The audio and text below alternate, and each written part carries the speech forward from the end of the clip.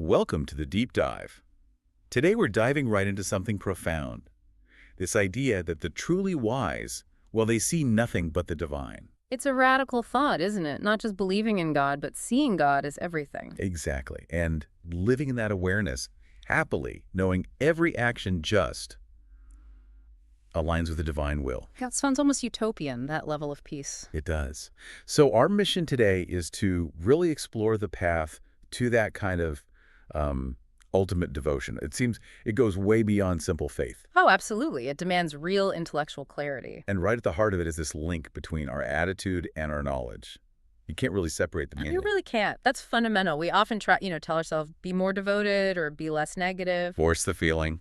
But the teachings are clear. You can't fundamentally change an attitude without changing the knowledge underneath it. You have to replace wrong knowledge with right knowledge. Okay, the analogy used is quite helpful here. Thinking about meeting a stranger. Perfect example. Initially, you feel, oh, nothing much, right? Indifference. Whether they succeed or fail doesn't really impact you.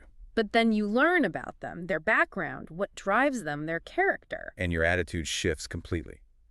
You might start to like them or dislike them, maybe respect them deeply, maybe even Hate them, yeah. But that feeling, that attitude, it comes directly from the knowledge you've gained.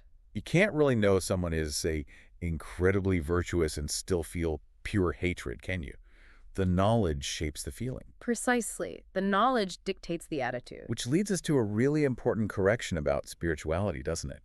This common idea that knowledge and devotion are like separate roads to God. That's a huge misconception we need to address, the idea of two parallel paths. But the source material says definitively. Devotion depends on knowledge. They're not separate paths at all. They're really two sides of the same coin. True, complete devotion requires complete knowledge. That sets a very high bar, though. If devotion really hinges on complete intellectual understanding, what does that mean for most people who rely on faith, feeling, tradition? Are they not truly devoted? It is a high bar, and that's why we see different, let's call them grades or qualities of devotion. Your level of devotion reflects your level of knowledge about God. And that knowledge itself is filtered through how well someone applies their intelligence to understanding God's nature as revealed. Exactly, through scripture, through revelation. And this naturally leads to about three distinct levels or grades of understanding and devotion. Okay, let's break these down. Grade 1, the starting point. This is the basic understanding. There is God. Yeah, the simple acknowledgement. It's crucial. These devotees believe in God. They're often devoted to a personal God, a specific name, a specific form. And their practice. They pray. They praise God's powers and glories, seeing God as this magnificent, separate entity, a ruler, maybe, an external power. But there's a significant limitation baked into this grade, isn't there? A huge one, because they've often fixed God into their specific understanding, their name, their form. They tend to think that's the only way, the only true God. Exactly. So there's often a lack of real respect or understanding for other traditions, other names, other forms of God worshipped by different people. It can create division. Right. My way or the highway sort of thinking, spiritually speaking. Okay, so that's grade 1. What's the jump to grade 2? It's about maturity, really. Expanding intelligence. People reach grade 2 when they realize there is only one God. Ah, okay. So recognizing the unity behind the different names and forms. Precisely. They understand that the one divine reality is just worshipped differently by different people. The names, the statues, and their symbols, aids for limited human understanding. So a grade 2 devotee isn't arguing about whether Vishnu or Allah or Yahweh is the right name. No, they see beyond that. They grasp that the true God is ultimately formless, nameless, but appears in these ways because, well, people's capacity to understand varies. And crucially, unlike grade 1, they don't look at other devotees and think they're fundamentally wrong. Right. There's respect for all paths leading to the same summit. And importantly, they recognize God as the intelligence cause of the universe. Intelligence cause. Let's pause on that. What does that mean exactly? It means they see God as the architect, the designer, the one who established the laws of physics, the principles of reality, the mind behind the curtain, setting the whole cosmic show in motion. So God is the reason the universe is and works, but still seen as somewhat separate from the creation itself. Yes, that's the grade 2 understanding. A massive philosophical step, but not the final one. Which brings us to grade 3, the ultimate realization. There is nothing but God. Wow, That sounds completely reality altering. It is. This is where everything transforms, because in grade 3, God isn't just the intelligence cause, the designer. Which was grade 2. Right. God is also understood as the material Okay, cause. so if grade 2 is God writing the blueprints, grade 3 is God being the blueprints, the bricks, the wires, the foundation, everything. You got it. God isn't separate from creation. God is the substance of creation. Literally everything you see, touch, experience that is God. The creation isn't something God made, it's what God is. The implications for how you see yourself must be enormous. Absolutely massive. People at this level drop that common delusion of being an independent self, separate from the universe. They see it all themselves included as one seamless, divine whole. And that knowledge is what allows them to live happily in God's presence all the time, because there's nowhere else to be. Exactly.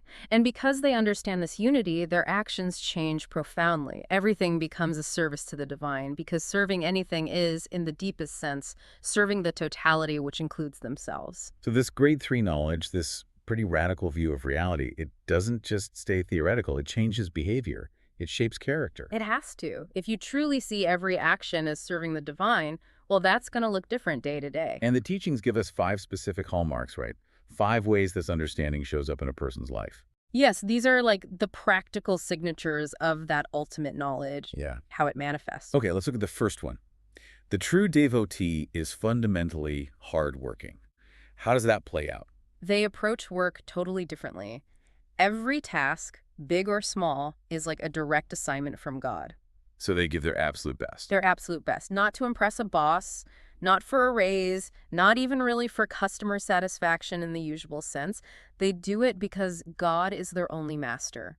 The work is an offering. That takes ego right out of the Yes. performance, doesn't it? No need for self-congratulation, Exactly. Which naturally leads to the second hallmark, strong-minded. meaning steadfastness, commitment. Yes, because the why behind the work is so elevated, their commitment comes from within. Once they start something, they stay focused. So the usual roadblocks, difficulties, frustrations, they don't derail them in the same way. Not really, because the focus isn't on personal comfort or ease, it's on fulfilling the task as a service. The obstacles are just part of the terrain, not reasons to quit. Okay, third hallmark, conscious of God. This one seems key, but maybe subtle. They're always thinking about God, but not necessarily preaching 24/7. Precisely. This is crucial. On the outside, they might look completely normal, doing everyday things, but inside, their awareness is different. How so? They're constantly aware that everything happening, good or bad, is part of the divine flow. And every person, every object, it's all an extension of God. The universe is one conscious entity. The example given really clarifies this. Someone in a high-stakes board meeting discussing customer expectations. Yes, even in that setting, while performing that role perfectly, internally they're aware. The directors are God, the customers are God. It's all the divine interacting with itself. That awareness must be almost impossible for an outsider to perceive. You see the action, but not the underlying consciousness. Exactly. They could be arguing a point, paying a bill, driving, just living life. Yeah. But the internal recognition of divinity in everything is constant. It's a heart-level awareness. Fascinating. Okay, fourth hallmark, surrender. Again, a word that can mean different things. How is their surrender different? Well, most people think of surrender or devotion as transactional. I'll be devoted so that I get protection or health or heaven. Right, there's an expected return. But for the true devotee, the surrender comes purely from unconditional love. It stems directly from the knowledge that they are one with the divine. There's nothing to bargain for. So it's transaction-free. They're not surrendering to get something from God. Because they know they're God, in essence. They already have everything, are everything. It's surrender born from realization, not from need or expectation. Wow. Okay. And the fifth and final hallmark, peaceful. Peaceful with themselves, peaceful with others. This feels like the natural outcome of everything else. It flows directly from that grade 3 knowledge. Because they know everything happens according to the divine will, there's no basis for internal conflict or external strife. And crucially, they lack the ego to claim ownership. Right? Exactly. They don't see themselves as the doer of actions nor the enjoyer of the results. That do-enjoyer distinction feels really important for peace. Can you unpack that? Sure. If you think you are the one doing the action, you feel the stress of effort, the fear of failure, the weight of responsibility. Mm-hmm. And if you think you are the one enjoying the results, you get puffed up with pride when things go well and crushed by disappointment when they don't. So you're constantly on this emotional roller coaster tied to outcomes. Right. But the true devotee understands that action is just the universe unfolding through them. They detach from both the stress of doing and the attachment to results. By letting go of that, I did this ego, They find real peace, serenity. profound internal serenity, yes. So looking back, we started with that idea of indifference towards a stranger, just based on lack of knowledge. And we journeyed through the grades. Grade 1, seeing God as separate, maybe even exclusive. Grade 2, seeing God as the intelligent designer behind it all. To finally grade 3, that radical awareness that God is everything, nothing but God. And the way someone acts, their character, their inner peace, the 5 hallmarks we discussed, it all flows directly from that level of knowledge. Absolutely. The clarity of understanding dictates the quality of devotion and ultimately the way you live. It shows knowledge isn't just some dry academic thing, it's the blueprint for your entire reality. It really is. Which leaves us with a challenging thought, especially thinking about that 3rd hallmark, the constant internal God consciousness that outsiders can't see. That hidden awareness. If that true devotee's deep understanding, seeing God in the boardroom, in the customer, in every moment, if that cannot be comprehended by the outsider, it really makes you wonder, how can we judge or measure devotion in others, or even in ourselves? It suggests it's fundamentally an internal state, isn't it? Based on knowledge, not just outward shows. Exactly. It's not about the performance of piety, but the depth of the inner realization. So, the question for all of us, for you listening, is perhaps, what fundamental knowledge are you operating with today?